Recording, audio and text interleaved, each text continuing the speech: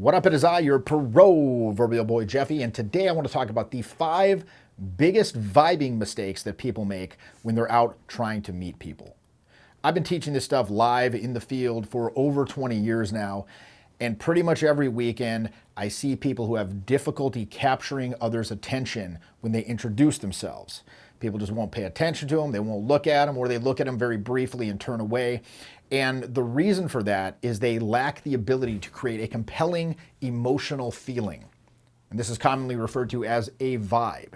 Now, in an interaction, if you're trying to work towards some kind of outcome, where you're trying to connect with that person or you're trying to get them to be your client, whatever, there's 2 main axes that come into play. First, you need to understand the horizontal plot development. How do I get somebody from a stranger that I don't know to becoming my client? There are steps, there are techniques, there are waypoints that you typically need to hit along the way to get from A to B, right? And that's where technique comes in. That's where things like understanding little strategies or gambits or conversational tactics can be useful. In fact, they can be vital, I dare say. However, there's also the vertical axis of creating that emotional vibe that makes people say, look here. I need to pay attention to this person. If you cannot create that compelling emotional vibe, then they're not gonna pay attention to you long enough for you to execute your little horizontal plot development. A lot of times, as I said, people are making these very, very basic 5 mistakes over and over and over. And when I point these things out to them, very often they're sort of at a loss. They're like, yo, I paid you $1,000 to come on this program and you're telling me simple things like smile, right?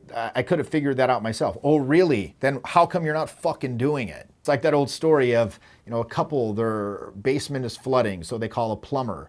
And the plumber comes and says, oh, I see the problem here. And he goes to one little thing on the wall and he takes a wrench out and he turns it and the flooding stops. He says, okay, so that'll be $1,000, please. And they're like, but all you did was turn one little nut with a wrench. So yes, but I know which nut to turn. So sometimes it really is that easy. So without any further ado, let's get into the 5 biggest vibing mistakes that most people make, and you're probably making as well and not even realizing it. Number 1, people simply are not smiling when they go up and introduce themselves. This one is compounded by the fact that most of the time you don't see your own face unless there's a mirror in the environment. So you don't really know that you're not smiling. A lot of times I see students go up and they're either doing one of 2 things. Either they're like scowling, looking very serious, like, hello, how's it going? Or they look scared and they're like, hey, but they're definitely not enjoying themselves. And so this is why I always tell people, it is a prerequisite that you enjoy yourself in the environment before you introduce yourself to someone else. That is a prerequisite. If you cannot do that, then most people aren't going to respond well to you. If you're going up and you're essentially asking them to feed you energy, you're trying to leech good feelings off of them to make you smile and enjoy yourself, they're not going to respond very well to that, generally. Now, of course, some people are just like really outgoing and happy, but that's the exception to the rule. So I'll tell people, look, you just got to fucking smile. And they're like, but I am. And they really believe that they are. So I'll often have to take photographs or little phone videos of them when they're approaching and show these to them subsequently. And they're like, oh, is that what I look like? It's like that experience. Have you ever heard your voice on a recording and you're like, is that what I sound like? It's that dramatic of a difference in their mind. So I think one of the biggest benefits of coming out of boot camp is getting you to become experientially aware of the gap between what you think you're doing and what's actually being perceived by other people. And then closing that gap so it's as close to the same as possible. What you think you're doing and what other people are perceiving are the same as possible. And every time I say this stuff, like people, they go up and they're scowling. Invariably in the comments, there's someone like, yeah, newbies, of course. I'm like, you're probably doing this too. In fact, you're probably doing this too. If you were aware of it, you wouldn't be doing it. You'd stop it. This is so prevalent. I would say that 80% of the clients I get, they're simply not smiling enough. I'll very often take guys off to the side. I'll say, hey, look at my assistant coach there. Or watch me when I'm demonstrating. I'm smiling the entire time. My face is completely in flux the entire time. My eyes are engaged. I'm interested. I'm anticipating what's being said. I'm kind of like,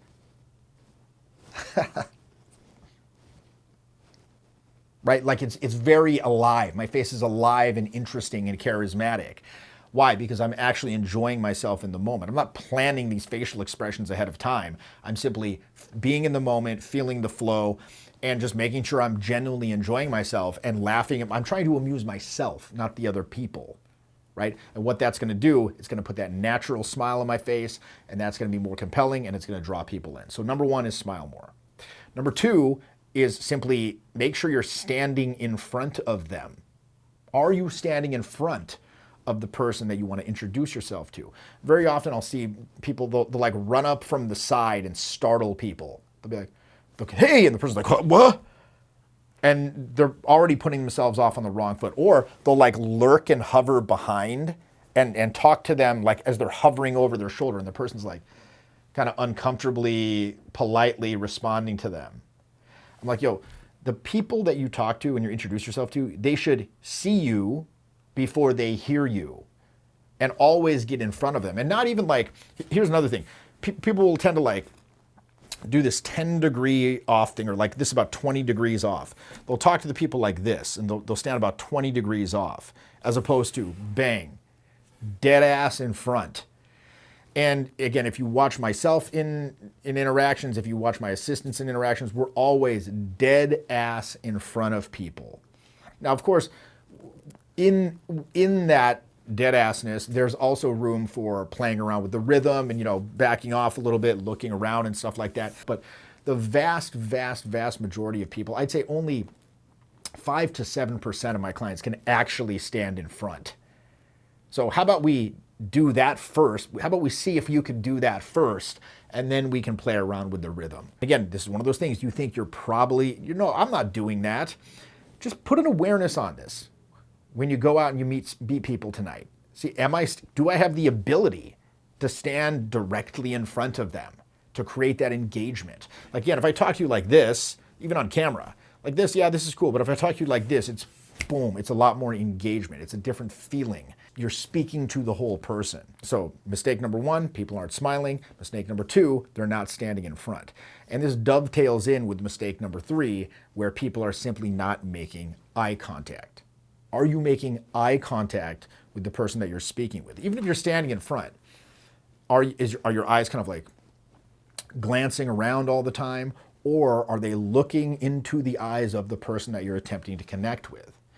Now, again, this is one of those things where people will say, well, if I just look him in the eye, might that seem intimidating? Might that seem unnerving or creepy? Anytime that you maintain eye contact with somebody else, it's a method you can use to sort of create a bubble between you. It also can be used to sort of extend time in a strange way. However, this comes with a caveat. The longer that you hold eye contact with somebody else, the more pressure is going to be put upon the eye focus process and the musculature of the face surrounding the eyes to give that eye contact a continued emotional life that makes sense, if you will. So if I'm just standing there and I'm not moving my face at all, and there's this sort of dead cadence stare, yeah, that's going to become creepy rather swiftly, right? But again, if as I'm talking to this person, I'm gesturing, there's again that aliveness to my face, I'm sending out different packets of emotional information that are sort of riding the wave of our combined, creating a harmony, like a harmonic emotional feeling between us. My eyes, there's a sense of what's being discussed, being thought of in my mind's eye. I'm anticipating, I'm engaged, I'm interested. If you're able to keep that fluid, emotional, engaged, alive facial expression throughout the eye contact, it's going to be very, very powerful, and it's going to go a long way to creating that compelling emotional vibe. So number one, people aren't smiling. Number two, they're not squared up and standing in front of people. Number three, poor eye contact. Number four is bad vocal projection. Particularly like in a nightlife environment, the other person simply can't hear them. It might be that they're not accustomed to being in that environment. It might be because they have a lot of social conditioning just around not being loud. It's impolite to be like loud and obnoxious and boorish in the club.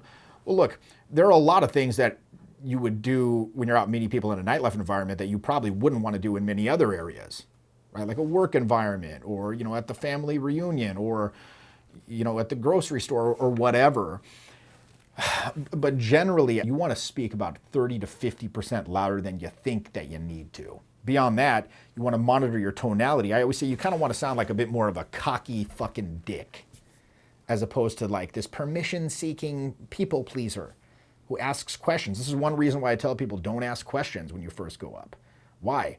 Well, first of all, it's kind of like invasive, and it's what everybody else does, so it slots you into the regular guy category. There's many reasons for it, but one reason is simply the vocal tonality aspect. Because when you ask a question, your voice will tend to lilt up at the end. Like, how's it going? How's your night? And this tends to lend a certain trying for a poor tonality, quality to your tonality that's looks like you're trying to get in. Anytime it looks like you're trying to get into somebody else's fun, as opposed to already enjoying yourself and then bringing that fun to them and inviting them to join you in collaborating and creating something new, that's generally going to be poorly received. And last but not least, number 5 is, this is kind of a weird one, is proximity. Are you standing close enough to the other person? You need to be close enough so the person gets to experience all of you, let's just say. But then conversely, you don't want to be like violating personal space. I had a client a couple weeks ago and I told him, yo, you want to have good proximity when you go up. You should be about 18 inches, half a meter for our metrically inclined friends watching this. But about 18 inches, that's kind of like the edge of personal space, where if you went closer than that, people would kind of start to be like, whoa, you're getting a little too close for comfort there, buddy. But you're not, if you went one more inch, they'd be like, is he gonna come too close, right? But you wanna be hovering right on that edge of personal space. So I had this client and he's like, he heard that, and I guess he misunderstood, because I saw him and he's like going up and he's getting like 3 inches from someone's face. And then another thing too, he's opening like from the side and just like basically jumping in front of people and getting like 3 inches from their face. And I'm like, dude, and people are just freaked the fuck out. I'm like, dude, he's like, you said stand close. You said have proximity. I'm like, not that close. So you want to be right on that edge of personal space. Now, if you're in a crowded environment, that can be closer simply by the nature of the crowd and stuff like that. But again, as a general rule of thumb, you want to be about, again, half a meter, 18 inches. That's kind of the standard. This seems to be more of a problem when meeting people in the daytime. I see, if we're at the park or something, very often I'll see students and they're literally standing like 15 feet away. And I'll have to take photographs of them and show them how far they're standing. And it's kind of funny because they think that by standing that far away, it's less awkward. But in reality, it's making it far, far more awkward than if they had simply gone and, again, asserted their intentions and owned their intentions from the beginning by standing a lot closer. Because even if the person does like you, subsequently then you're going to have to scooch over later and it's going to make it seem weird. So, but again, this is one of those things they don't realize that it's happening until I send them I can even tell them this, they don't believe it until I send them photographs of them making the scowling weird rictus of pain and terror grin, or standing 15 feet away, or whatever it is. Because again, these things are so prevalent, but you don't know that you're doing it because you are your own instrument.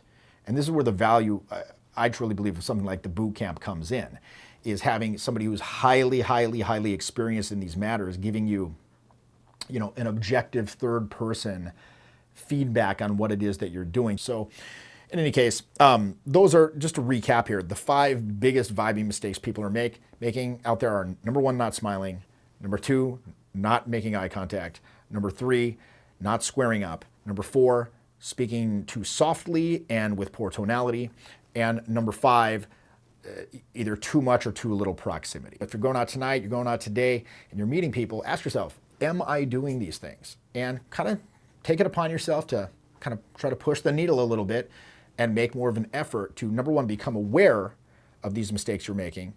And then number 2, again, become aware of that gap between what you think you're projecting and what other people are perceiving. And then number 2, again, push the needle a little bit and start to take action so you can close that gap and make those two things as close to the same as possible. One of the best ways to do that is, like I said, come on a live program. You really want to take care of this for real, handle it. I will give you mountains and mountains and mountains of actionable feedback that's likely going to shave years off your learning curve. So again, link in the description for those programs. I've totally revamped my entire bootcamp program for 2024. It's a lot more exercise based. So I'm really excited to be putting this brand new program out there. Again, check out the dates at jeffreyinperson.com. This has been your boy, and I'll see you next time. feel like I stuffed myself down for the longest time. People say, hey, you have a nice personality, you seem more intelligent, especially in a business setting. It's something I need to use on an everyday basis. Really appreciate this. This is something I'm going to continue doing. And I just want to say thank you to Jeffy, his team, and make it happen, guys.